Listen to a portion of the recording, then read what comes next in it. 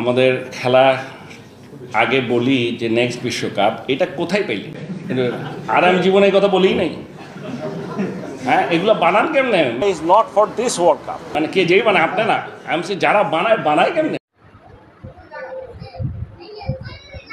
আসসালামু আলাইকুম। আজকে সকালে ফেসবুকে ঢুকে দেখি যে বিসিবির বর্তমান যিনি বস পাপন দা, তিনি বলছেন যে তিনি নাকি এ ধরনের কোনো কথাই বলেননি যে আমাদের টার্গেট নেক্সট ওয়ার্ল্ড কাপ। এ ধরনের নাকি তিনি কোনো কথাই কখনো বলেননি। আসলে মানুষের ব্রেনে ডিস্টার্ব করে যাওয়া হয় আর কি, মাথায় সমস্যা।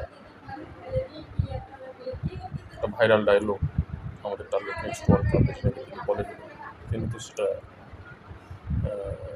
তিনিই জন্ম দিয়েছেন। তো পাপন দাকে উদ্দেশ্য করে ভিডিওটি বানানো হচ্ছে, আমি বানাচ্ছি। তো আমি সে ক্লিপটি দেখাই যে পাপন দা আপনি বলেছিলেন কিনা আপনি দেখেন। আমরা এখন যা করছি সেটা is not for this world cup, আমরা টার্গেট করেছি নেক্সট বিশ্বকাপ। তো আসলে